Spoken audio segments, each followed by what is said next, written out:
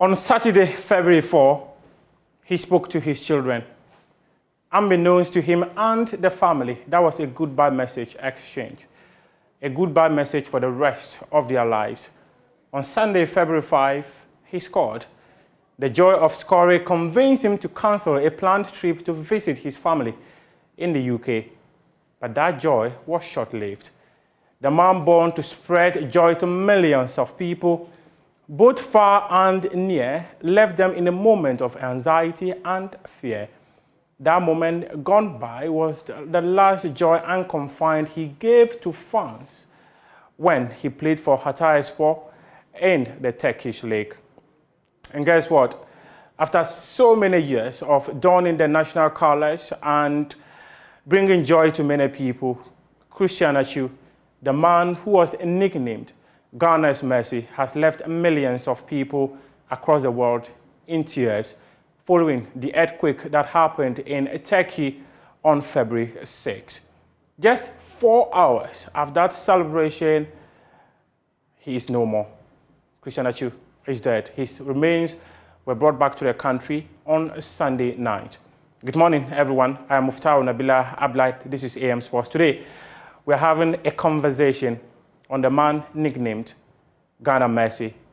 And I'll be joined on this conversation by George Afriyie, a former vice president of the Ghana Football Association, a management committee chairman of the Black Stars, and a former teammate of Christian Atsu, Fatau Dauda, who is now a goalkeepers coach at Right to Dream and the goalkeepers coach of Ghana's Black Satellites.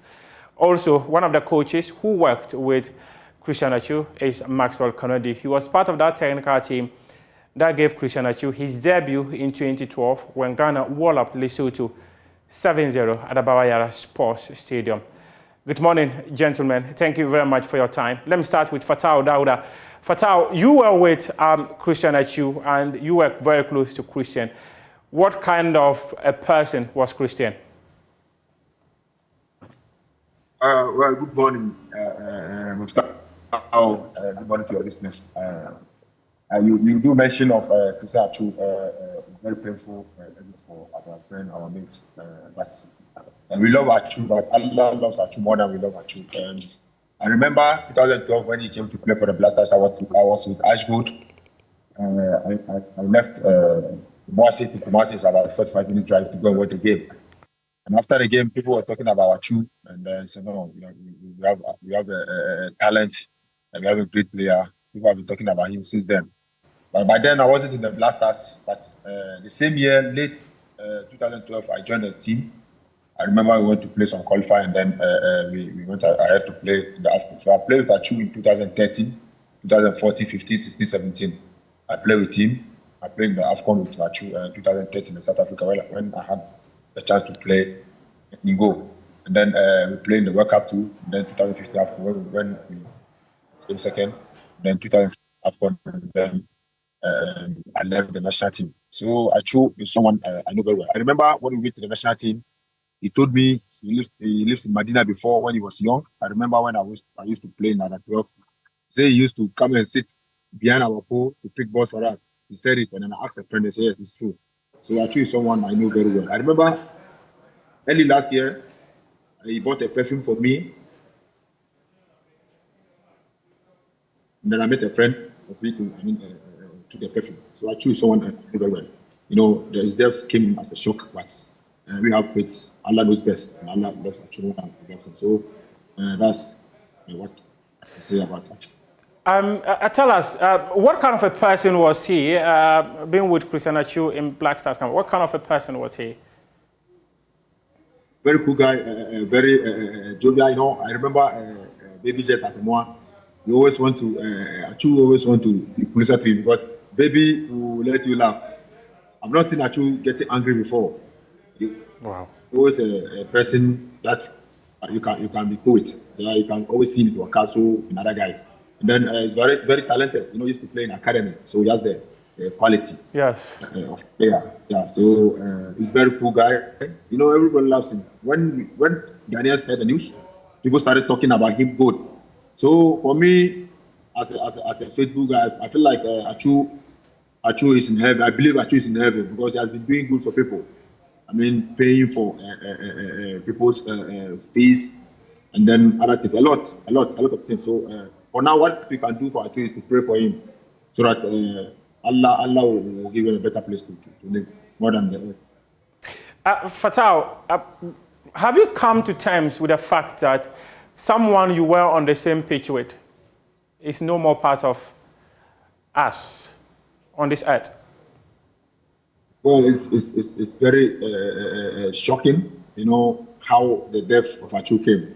But that's what I give you. I don't want to go into deep. If I go into deep, I'll be doing something against Allah. You understand? It's very painful. It's very painful to blame someone and I have a lot of pictures I have Achu with the lineup with the national team. I even 3 days ago I posted so, but I feel like no, is this rare? But as Iman, if you're a Muslim or you're a Christian, you have Iman, you have faith, you know that no, it's something that God wanted to happen. So we should just pray for Achu so that Achu have a peaceful or resting well in heaven. Fatal, please stay with me. Let me speak to one of your former coaches, Maxwell Konedu. He was the assistant coach when Christian Atsu was given his debut in the Black Stars. Good morning, Maxwell. Thank you very much for your time. First of all, tell us, how did you receive the news of the story in relation to Christian Atsu being trapped under the rubble? How did you receive the news, Maxwell? Oh, yeah, good morning, Amina. Good morning to your listeners, too. I mean, when this issue came up, I wasn't in the haste to post anything about Christian Atsu. I see a lot of pictures, a lot of stories around flying here and there, and I wasn't happy. I didn't want to even read anything. I just wanted to hear that he was okay. We were all praying and hoping that some way, somehow, Atsu will be found alive. But when the news finally broke out that he wasn't part of us anymore, in fact, I cried at home. He's a guy I know very, very, very, very well. You know, initially, from the beginning, when my former boss, Christian Atsu, told me about Atsu, and then we scouted him. I remember Kwaku bringing his clips to me. I looked at Christian Atsu. He was done in Portugal, I think. Yes. I watched him and I said, "How is this boy a Ghanaian?"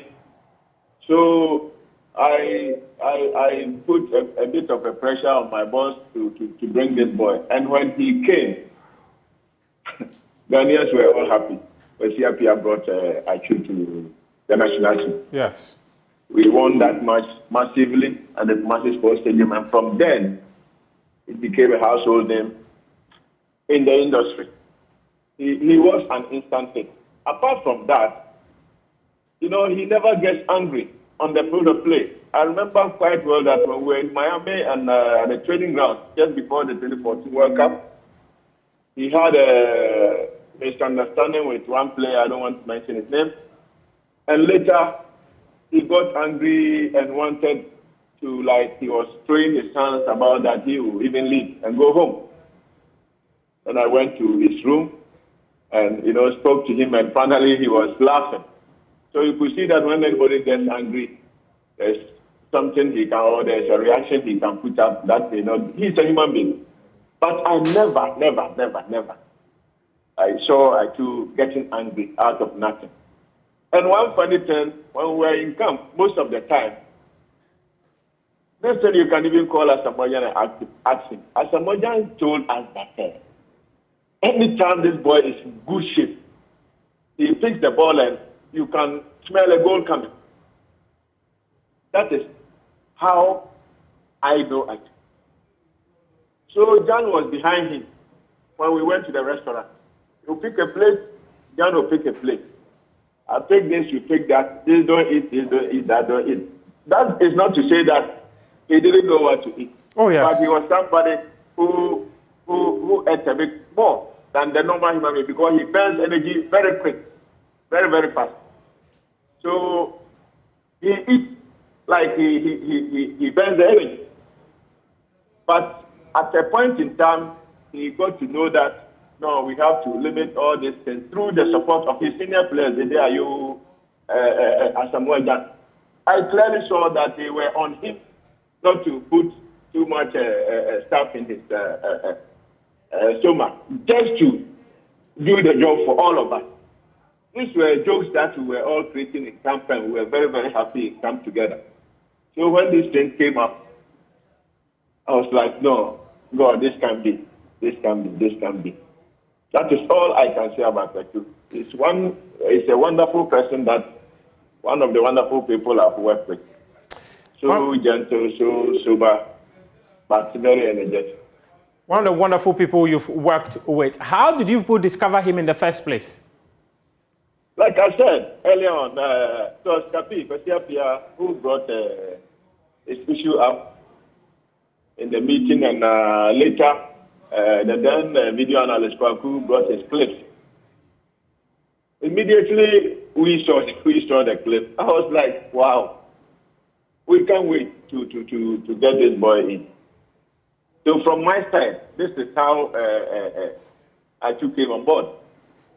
It was Pesiapia who scouted him. That one I remember very, very well. And we see his clips. We were all in the haste to bring this boy on board. Let me go to Fatal right now. Fatal, what do you remember of Christian Atsu? What I remember very well was in 2015 during the AFCON in Equatorial Guinea. Atsu had a great tournament. He helped us, he helped the team to progress to the final. And I remember he was the best player and won, I think, a young player also. So that's where I remember Atsu very well. He had a very good tournament in that year. Yeah, well, we all recall that competition where he scored the best goal of the tournament and also became the best player of the competition. But Fatal, let me just go to Maxwell pretty quick on this one. Maxwell, you would recall that very 2015 AFCON. You were with Avram Grant then, and many people had questioned the fitness of Christian Atsu. People were actually saying he should be dropped from the team and all that. But the technical team took a risk and sent that young boy to the competition. And in the end, he was the best player of that tournament. What influenced the decision of the technical team to include Christian in that 2015 AFCON squad? Yeah, you know, Atsu that year wasn't getting a very good season at Bournemouth at that time, I believe. Yes, he wasn't too regular in Bournemouth, but we all knew what he could, bring on board when it comes to the Black Stars. So, at a point, we had to take a decision with my ex-boss, Adam Grant, that this boy, when he's in good shape, he can bring a lot on board. That is the main reason why we brought. And when he came to camp, you could see that Atsu wanted to prove a point to the whole world that he's that good. And we were not surprised he got that far in the tournament, going ahead to win the best player of the tournament in 2015 AFCON. And it was a vindication of the technical team's decision to take him to the tournament. Yeah, we had a lot of passion, like you said. Atsu wasn't regular even at Bournemouth. He wasn't getting a good season, but we had that confidence in him. You know, when he's in good shape, Atsu can create a lot of problems for the opponent. And that is one of the main reasons why we needed somebody who is a bit direct. And, that time we only had Jordan, who was very direct. And getting Atsu on board, I think it helped the squad. And he took us far through to the finals. He didn't do it alone, but his contribution was quite huge. You know, scoring the best goal of the tournament and going ahead to win the best player of the tournament. So I think it's a risk we took, and eventually Ghanaians were happy we took that decision, even though it wasn't easy initially. It wasn't easy indeed, and I do recall in that tournament. And on your screens right now is the final goal Christian Atsu scored in his career as a footballer. It was a 96th-minute free kick that he scored, and he brought joy to the faces of the fans of Hataya Sport. But unfortunately, he's left them in tears as he's no more part of us on earth. Just going back to the 2015 AFCON, I recall vividly that game against Senegal where Ghana scored first through a penalty. And in fact, he was the one who was fouled and Andre Ayew scored. And then Ghana lost 2-1 to Senegal, then went ahead and won 1-0 against Algeria, and then defeated South Africa 2-1. Then he took over from the quarterfinal stage where he scored 2 goals against Guinea in that 3-0 win, and then subsequently in the semi-final against Equatorial Guinea. But I don't know if I still have Fatau Dawuda with me. You were always part of the players who were cracking jokes in camp and all that, and you shared some interesting moments in the camp, always joking. And in fact, I've watched many cases of Atsu and Jan on social media where they were always cracking jokes. This is even one of them. And Fatau, just before you speak, let's listen to this one. Hey, hey. Oh, hold on. Hello? Oh, hey, Zimia Mania. Hey, that's why I'm not a player. Oh, there you go. Yeah, the job was a player. Oh, yeah, oh, and I phone out. Oh, wait, body of the wolf.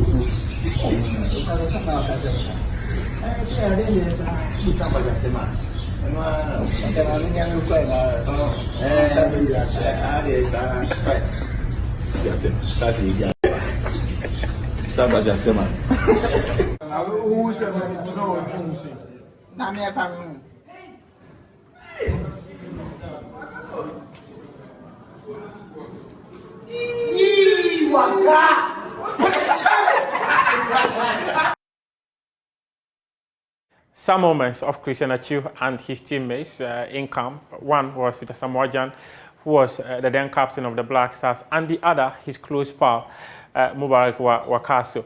Fatau, coming pretty quick. You have seen the case of Christian Atsu with Samoa Jan and that of Mubarak Wakaso. Just how lively was he in camp? Atsu, you know, we are in place, but at the same time, when I watch these jokes with TV, and then David Jet and the Wakaso, it's very funny. One thing I remember, I think Coach Master said, whenever we are in dining, going to eat, Atsu can eat, but when Atsu step on the foot, Atsu will deliver. So at a point in time when Atsu is going to eat, you will see Baby Jet behind him. He would rather use the spoon to serve Atsu because he doesn't want Atsu to eat plenty. And Atsu will come and sit down, Atsu will be laughing, and then all of us will laugh. And he always share jokes with Baby and then Wakaso. You know, this tells you that when you are in this world, you need to be free to everyone, and people will have something to say about you good. So for Atsu, we've seen it all on the screens, how he share jokes with the players in camp. Many people have also spoken about his charity works. Were these things you knew about? And how did he relate with you people in camp? People said he was very generous.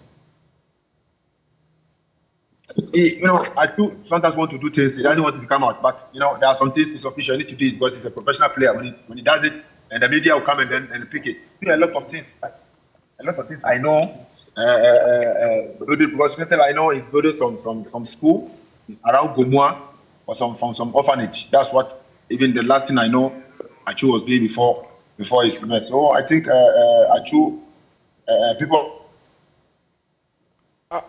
Okay, Fatal, just hang on there for me. Let me speak to a former vice president of the Ghana Football Association, George Free, and he was the management committee chairman of the Black Stars in that 2015 AFCON. Is it prisoner? Fatal, please hang on for me, just a moment. Let me bring George Free into the conversation. Like I mentioned, he was the management committee chairman of the Black Stars when Christian Atsu was voted Ghana's best player in the AFCON. In fact, the entire tournament, he was the best player of the entire tournament and scored the best goal of the competition. George Free, thank you very much for your time. Tell us pretty quick, you were in Turkey and then you came back to the country with the remains of Christian. Take us through the emotions. And first of all, why did you decide to fly all the way to Turkey just to come back with his remains? Well, Muftar, thank you. Good morning to your cherished listeners and viewers. As you're already aware, apart from Christian Atsu, I have other players who plied their trade in Turkey. Yes. And one of the cities that was heavily hit is Malatya. In fact, a club in Malatya, which was a Super League club, played by a lot of Ghanaians. In recent times, you can talk of Free Aqua, Benjamin Tete. Free Aqua, Benjamin Tete. And your very own player, Osman Haki. Osman Haki, Philip Auku Gameli, Godfred Donsa. These were all players of Malatya Sport. And two of them, or three of them currently are players that related to me.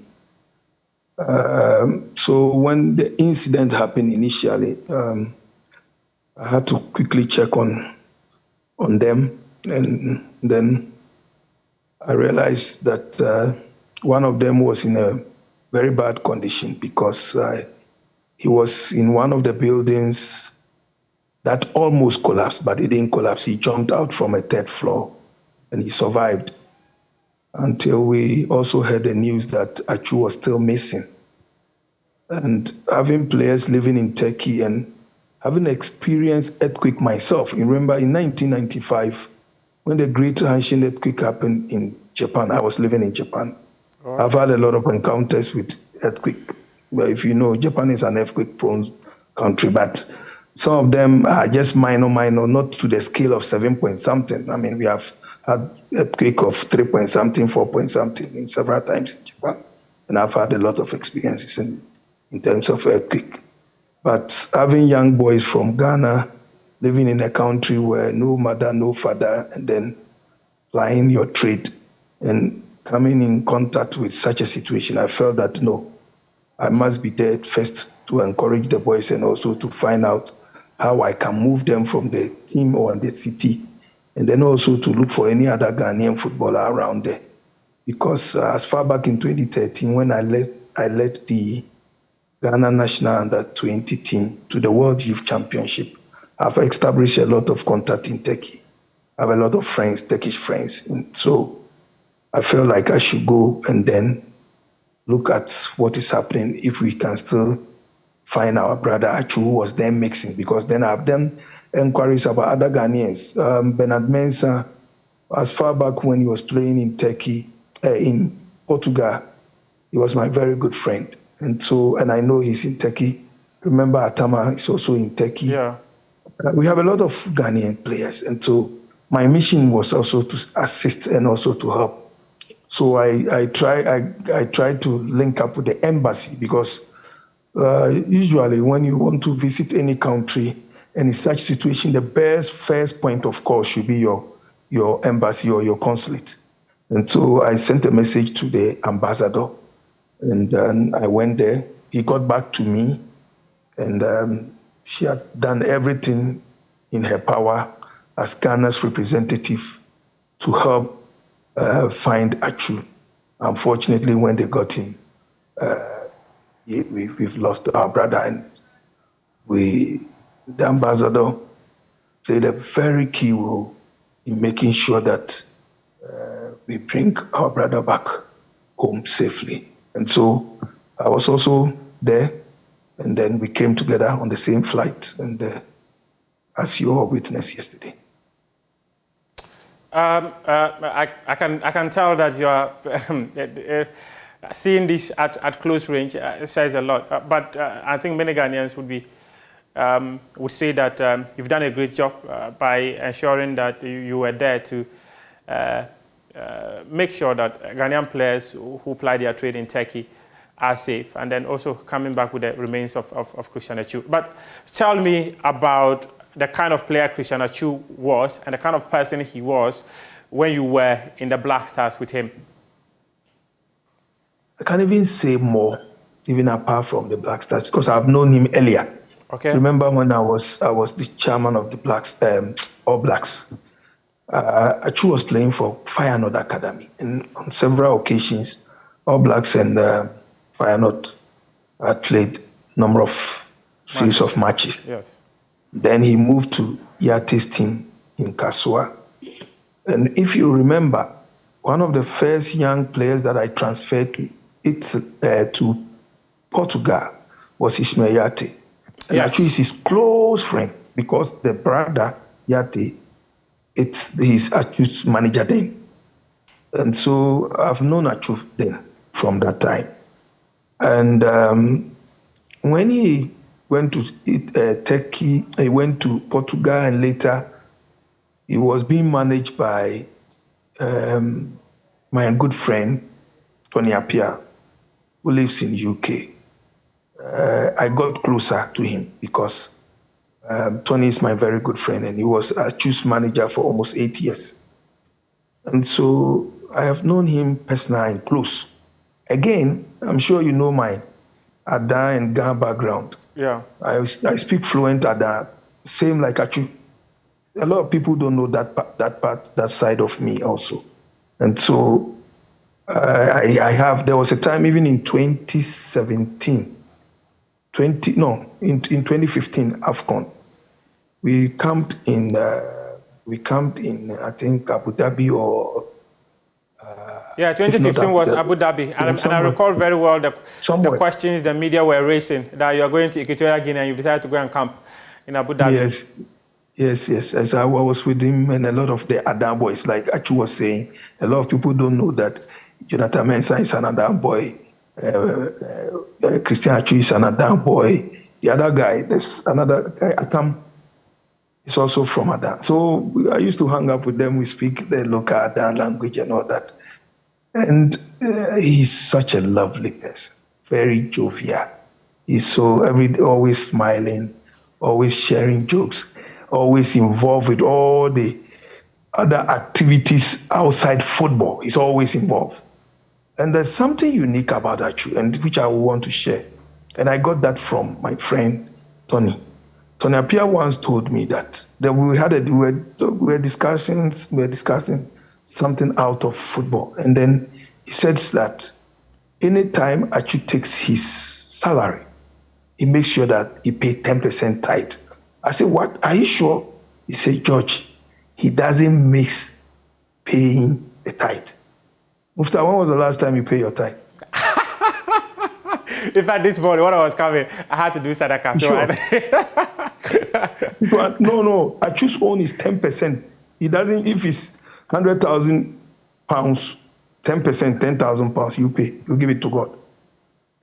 This is no joke. Seriously. These were some of the things that Atsu lived for. Atsu really lived for humanity. He really paid his dues. In football, he has achieved what a lot of people would take years to achieve. And I will conclude by saying he has used this short period on earth to do things that will require more than 70, 80 years to do. He's paid his dues, and he's lived so well. And I have no doubt that angels are waiting for him in heaven. Mr. George, stay with me. I have 2 questions for you, but let me speak to Maxwell. Maxwell, if you're still with me, you've heard from George Afriyie talk about the kind of person Christian Atsu is. And in fact, I'm not sure there would be anyone who has spoken to Christian Atsu in the dressing room more than you, more than Kwesi Appiah, more than Avram Grant, because you all worked with him. And you were like one of the longest serving assistant coaches of the Black Stars. What sort of a character was Christian Atsu in the dressing room? He has a very strong personality, you know. And I remember anytime he's playing, Atsu always wants the ball at his feet. You know, sometimes certain players want the ball at a space that he can run onto, but Atsu always wants his passes onto his feet. You get hold on the ball and will come and do whatever he wants to do with you. All I can say about Atsu is that he's a very jovial person, very, very jovial. And sometimes we even think that he takes that onto the pitch because he likes to, you know, carry the ball a lot. And that is his strength. That is his style of play. And we all came to understand that, you know, being on him to release the ball on time will take the Atsu out of his game. So we left him alone and he exploded. And he's a very good person, very, very, very good person. And things that he's done to people that I've seen that we can't even talk about. Like Mr. George Afriyie is saying, he's a kind person, very, very kind. And he doesn't take his God for granted. He worships God a lot. That is what I can say about that. That one everybody knows about. He loves God a lot. He loved God. I remember his one of his managers said that Christian Atsu was a Christian. But George, what should the Ghana Football Association do to ensure that a player like Christian Atsu, who stood for all the right reasons everyone is talking about, is remembered? Well, Muftar, it goes beyond the Ghana Football Association. Me personally, I think that recommendation can come from the FA to government. I'm sure you've watched all over the world the news, how countries are celebrating him. I watched that of Portugal, FC Porto. I watched that of Liverpool versus Newcastle. Before then in Chelsea Attaya. versus Southampton. There was also, was it Everton versus Leeds United? Yeah, I saw these. And I'm sure very soon FIFA will issue a statement. And so it goes beyond. FIFA has already issued it. They issued a statement. CAF also issued a statement. I know. Yeah, but after the normal statement, there are a lot of things that comes afterwards. Okay. In FIFA congresses, there may be other things that will come in the name of Christian Atsu. I think that we have an administration in place. I don't want to take the wind out of their mouth. I mean, in order not to preempt whatever they are planning. Let me leave that to the leadership of the FA. But I think that there's a lot we can do to modernize Atsu's legacy. If you are to suggest? No, don't let me do that. There's a leadership in place. Okay, I understand that. And then my final question definitely would, and I have to be, the players we've got in Turkey. You traveled there to, in fact, meet some of these players, speak to some of these players, and find out how they were doing. As a football organization, did you have any conversation with the FA? Do you have an idea about the total number of Ghanaian players who are there and how are they doing? Did the embassy, like you said, you linked up with the embassy and all that, were you able to get everyone together so that we have an idea of all the players who are there and how they are faring? Well, Muftau, on my own small way, yes. Fortunately, Ambassador is in town. I'll be meeting Madam.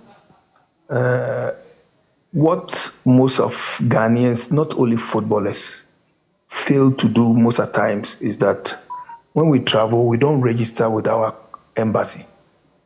The first thing a Ghanaian should do when you travel out of your country to live outside is to register with your country. That way, they have information about you. So when anything happens, it is easy to assess you, and then it is easy for them to rescue you or to support you. And this is what most of, I mean, if you've traveled, you know that it's something that we don't do. Very difficult to have data. Yes, so data is very important for the embassy to work on. With the Ghana Football Association, I don't know. I'm not aware what the contact they've been able to do so far.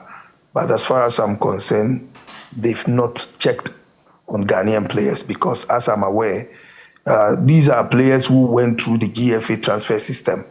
GFA knows that there's a player called Usman Hagi in Malatya. GFA is aware that there's a player called Philippa Ukugameli. The GFA is aware that there's a player called Godfrey Donsa. In GFA is aware there's a player called Bernard Mensah Tekpete. GFA should by now be getting in touch with these players. I'm shocked and surprised, but well, that's their style of leadership anyway. But let me leave that. For me, I will do it on my small way, but I think that it should go beyond me. It should go beyond you. Thank you very much, Georgia Free. We appreciate your time. And I can imagine how difficult it was seated in the same flight with a player you saw on the pitch, now lying beside you, lifeless, as you were flying down to Ghana. I think many people within the football fraternity are really appreciative of your work and what you intend to do in your own small way. Let me wrap up with Fatau Daura and then Maxwell. Maxwell, in 1 minute, what should Ghanaians be remembered of Christian Atsu and the legacy he's left? What should we do to ensure that he is immortalized? I think we should, think around it like Mr. Jeffrey just said. The government should come in and make sure that at least one of our stadia, one of our streets, one of our sports complexes will be named after him because he did his best as a player and as a person. He's helped a lot of people in this country. This is what I think I can say about it.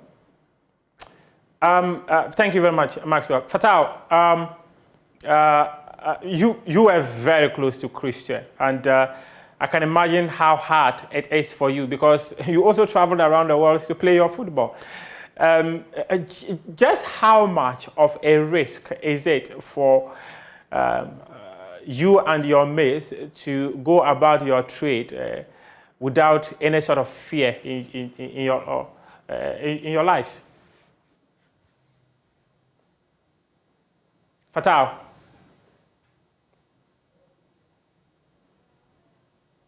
It's better you let the ambassador in that country know.